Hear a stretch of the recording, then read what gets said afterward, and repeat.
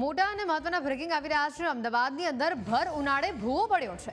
મકરબા વિસ્તારની આ ઘટના છે। મકરબા હેડક્વાર્ટરથી સેટેલાઇટ તરફ જતા રસ્તા ઉપર ભૂવો પડ્યો છે। એક આખી રિક્ષા ભૂવામાં ખાબકી ગઈ, એટલો મોટો આ ભૂવો પડ્યો। રિક્ષા ચાલકને ઈજા પહોંચી હોવાની વિગતો સામે આવી રહી છે। ચોમાસામાં ભૂવા પડતા સમાચાર તો આપણે બહુ જ જોયા છે, પરંતુ હવે આ દ્રશ્યો એવા જે સામે આવ્યા છે કે જ્યાં ભર ઉનાળે રિક્ષા ખાડામાં ખાબકી છે। ભર ઉનાળે રસ્તા પર ભૂવો પડ્યો છે, જેને લઈને આસપાસના સ્થાનિકોમાં પણ રોષનો માહોલ છે। જો કે રિક્ષા ચાલકને નાની મોટી ઈજા પહોંચી હોવાની વિગતો સામે આવી છે।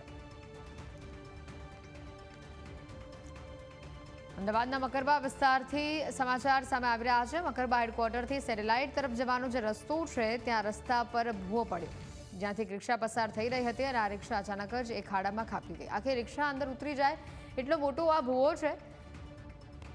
આગળનું રિક્ષાનું આખું આગળનું પૈડું એ ભૂવામાં ફસાઈ ગયું અને જેના કારણે જે રિક્ષા ચાલક હતો તેને ઈજા પહોંચી હોવાની માહિતી સામે આવી છે। રિક્ષા ચાલકને નાની મોટી ઈજા પહોંચી છે। નવાઈની વાત તો એ છે કે ચોમાસામાં ભૂવો પડતો હોય છે, પરંતુ આજે દ્રશ્યો સામે આવ્યા છે, ભર ઉનાળે ભૂવાના દ્રશ્યો સામે આવ્યા છે। વધુ માહિતી મેળવીશું। સંવાદદાતા આશુતોષ ફોનલાઈન ઉપર જોડાઈ ચૂક્યા છે। આશુતોષ, જે આ દ્રશ્યો સામે આવ્યા છે, ચોમાસામાં અમદાવાદ શહેરમાં ભૂવા પડવાના તો અનેક સમાચાર આપણે આપ્યા, પરંતુ આ ભર ઉનાળે ભૂવો પડ્યો છે। સારી બાબત છે કે આ રિક્ષા ચાલકને નાની મોટી જ ઈજા થવા પામી છે, પરંતુ જો કોઈ ગંભીર અકસ્માત થયો હોત તો જવાબદાર કોણ રહે?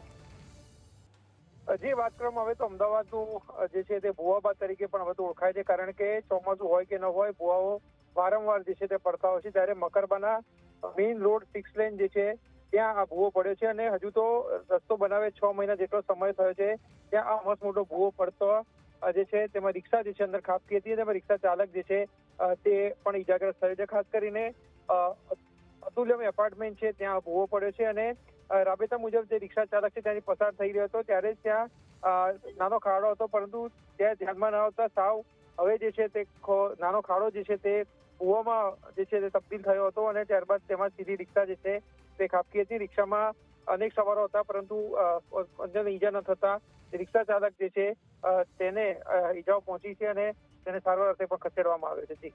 બિલકુલ, હાલ ખાસ કરીને આસપાસના જે સ્થાનિકો છે, કારણ કે રેસિડેન્શિયલ એરિયા છે જ્યાં ભૂવો પડ્યો છે, તે લોકોનું આ ઘટનાને લઈને શું કહેવું છે? શું આની પહેલા પણ આ વિસ્તારમાં આવો ભૂવો પડી ચૂક્યો છે?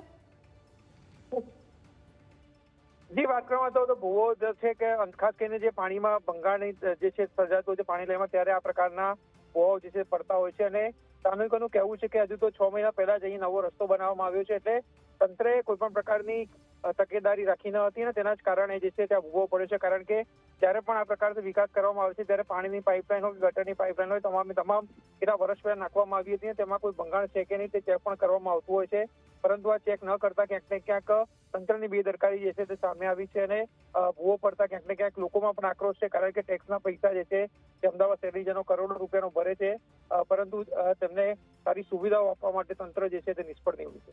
બિલકુલ, આશુતોષ, આભાર માહિતી બદલ।